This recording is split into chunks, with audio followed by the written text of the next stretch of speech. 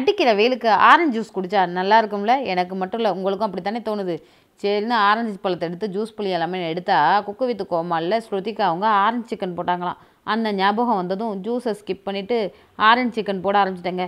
ஸ்ருதிகா புளிகிறாங்களோ இல்லையோ, நம்மளை வச்சு நல்லா புளிகிறாங்க. ஆமாங்க, இன்றைக்கி ஸ்ருதிகா அவங்க செஞ்ச ஆரஞ்சு சிக்கன் ஸ்டிக்கி ரைஸ் இந்த ரெசிபி தாங்க பார்க்க போகிறோம். இது எப்படி செய்கிறதுன்னு பார்க்கலாம் வாங்க. Welcome to Yasmiji kitchen. இப்போ முதல்ல 200 கிராம் சிக்கனை க்ளீன் பண்ணி எடுத்து வச்சுருக்கேன். இது கூட 1/4 டீஸ்பூன் உப்பு, 1/4 டீஸ்பூன் மிளகுத்தூளை சேர்த்து நல்லா மிக்ஸ் பண்ணி விட்டுடலாம். இது நல்லா மிக்ஸ் ஆகி வரட்டும். இப்போ இது இருக்கட்டும். இன்னொரு பவுலில் ஒரு முட்டையை உடைச்சி சேர்த்துக்கலாம். இது கூடவும் 1/4 டீஸ்பூன் உப்பு, 1/4 டீஸ்பூன் மிளகுத்தூள், 1/4 டீஸ்பூன் பூண்டு பொடி இது எல்லாத்தையும் சேர்த்து நல்லா பீட் பண்ணிக்கலாம். இதை பீட் பண்ணிவிட்டு இது கூட 50 கிராம் மைதா சேர்த்துக்கிறேன். இது கூடவே 2 டேபிள் ஸ்பூன் கார்ன்ஃப்ளவரும் சேர்த்துக்குவோம். சேர்த்துட்டு இதையும் மிக்ஸ் பண்ணி கொஞ்சம் தண்ணி சேர்த்து கட்டிகள் இல்லாமல் கரைச்சி விட்டுலாம். ஒரு தோசை மாவு பதத்துக்கு இருக்கட்டும், ரொம்ப தண்ணியாகவும் இருக்கக்கூடாது.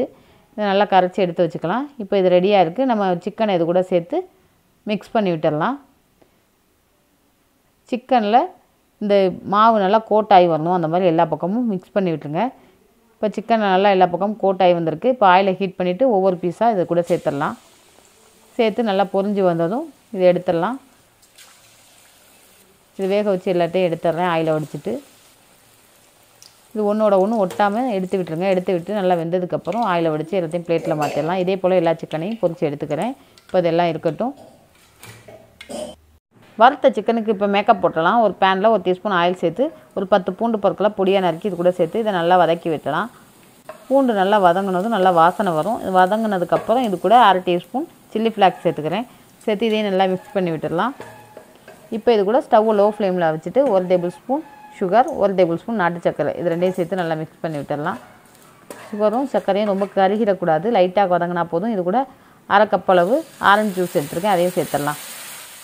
சேர்த்து எல்லாம் நல்லா மிக்ஸ் பண்ணி விட்டுடலாம். இது லைட்டாக கொதித்து வரட்டும். இது லைட்டாக கொதி வந்ததுக்கப்புறம் இது கூட 1 table spoon soya sauce, 1 teaspoon vinegar இதையும் சேர்த்துடலாம். சேர்த்து இது எல்லாத்தையும் நல்லா மிக்ஸ் பண்ணி விட்டுடலாம். இது எல்லாம் சேர்ந்து ஒரு கலர் வித்தியாசமான கலரில் வந்துருச்சு பாருங்கள். இப்போது ஒரு பவுலில் 2 டீஸ்பூன் கார்ன்ஃப்ளவர் சேர்த்து இது கூட கொஞ்சம் தண்ணி சேர்த்து கட்டிகள் இல்லாமல் இதையும் கரைச்சி எடுத்து வச்சுக்கலாம்.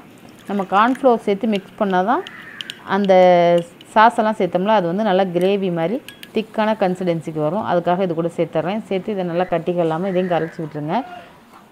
நல்லா திக்காக கைவிடாமல் கிண்ட கிண்ட திக்காக வந்துடும் பாருங்கள். இந்த மாதிரி திக் கன்சிஸ்டன்சி வந்ததுக்கப்புறம் நம்ம பொரிச்சு வச்ச சிக்கனை இது கூட சேர்த்துடலாம். எல்லாத்துக்கும் இதில் மேக்கப் போட்டுடலாம். சிக்கன் எல்லா ஜூஸையும் நல்லா உறிஞ்சிரும்.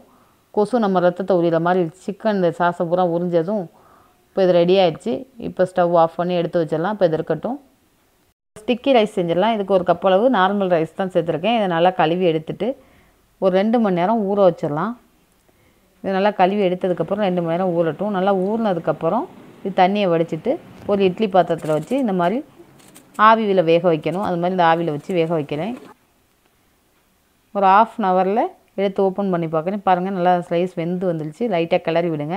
கொஞ்சம் வேகாமல் இருந்துச்சுன்னா சுடுதண்ணியை கொஞ்சம் லைட்டாக தொளிச்சு விட்டு மறுபடியும் வச்சிங்கன்னா நல்லா வெந்து வந்துடும். இப்போ ரைஸும் நல்லா ரெடி ஆகிடுச்சு. இதை ஒரு கப்பில் எடுத்து பிளேட்டிங் செஞ்சிடலாம். இப்போ பிளேட்டில் ஒரு கப் ரைஸை எடுத்து வச்சிடுறேன். இது மேலே கொஞ்சம் மல்லி இலைகளை வச்சுட்டு நம்ம எடுத்த ஆரஞ்சு சிக்கனையும் இந்த ஓரத்தில் எடுத்து வச்சிடலாம். ரொம்ப டேஸ்ட்டாக ரொம்ப ஜூஸியாக சூப்பராகவே இருந்துச்சுங்க ஆரஞ்சு சிக்கன்.